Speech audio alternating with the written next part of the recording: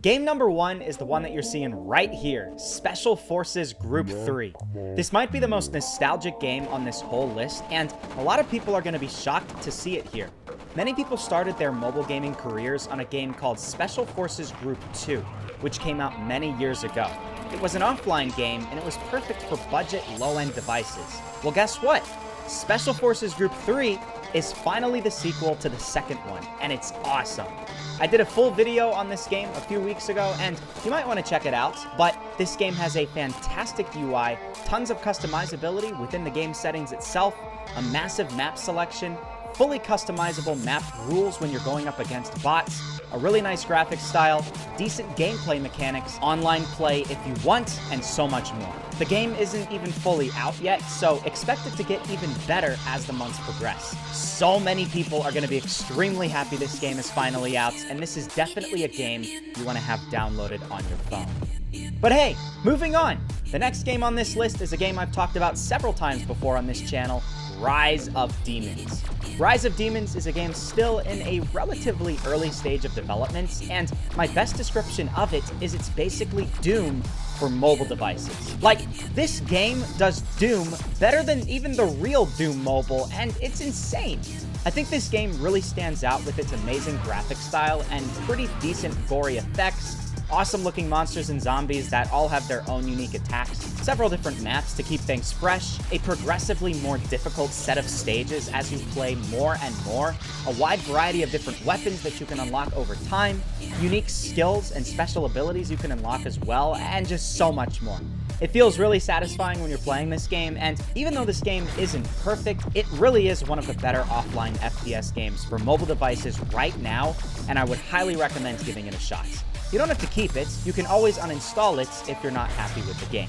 I think you will though, and I think another game you'll be very happy with is the one that you're seeing right here, NetLooter. This game is wildly different from the others I've shown before, and I want to be very clear about something. It looks like a game that wouldn't be very good, but it actually is a ton of fun when you start to play it. NetLooter is all about auto-firing weapons, and it has this awesome arcadey feel to it that I don't really see with video games nowadays. Like, this game feels like it would have been perfect in the year 2005.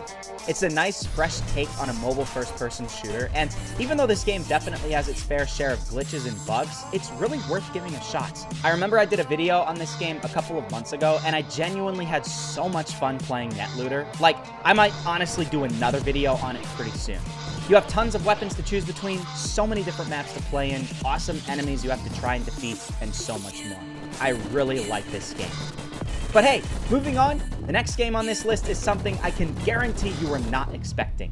Pixel Gun 3D. Yes, the game that I've made countless rants about recently, talking about how it's a shell of its former self and how the devs don't listen to their community. However, looking past all of this, I gotta say, Pixel Gun 3D does have some really cool offline game modes. When you open up the game into offline mode, you can play a really cool campaign that is honestly better than most other video games, super nostalgic and extremely difficult when you get to the final world. You have the ability to play an endless shooter mode with waves of monsters and zombies called Arena, and if you don't have much experience with this, you can play this for a really long time without getting bored. There's my personal favorite mode called Extreme Run, and it's essentially like a futuristic Subway Surfers. It gets faster and faster as you run further and further, and eventually you'll go too fast to keep up. And finally, there's their classic mode, called Pixel Gun 3D, which is completely spelled wrong. I don't know why. It pays homage to the classic 2013 version of the game. So yeah, pretty cool. What's also pretty cool is a game called Pipehead Story. This is a weird one, okay? It's a horror game, and it takes advantage of the trend of that pipe siren head monster guy with the weird music that I'm sure you've seen on meme pages. And as the game describes, here's the story. On duty in the exclusion zone, an unknown stalker contacts you by radio, asking for help. He is stuck in a bunker in which there's no light and air, only radiation and hungry monsters. Help him get out as soon as possible and find out what he was doing there. And yeah, it's definitely got a creepy vibe. It seems like it's not completely polished, but I do love how atmospheric it sounds. It's raining when you start the game, and it just adds so much immersion, especially when you're running around inside looking for clues and hear the distant thunder outside. The monsters that you shoot are really freaky. The game sounds definitely keep you up at nights. There are some cool weapons and gun mechanics, a highly interactive environment, and a whole lot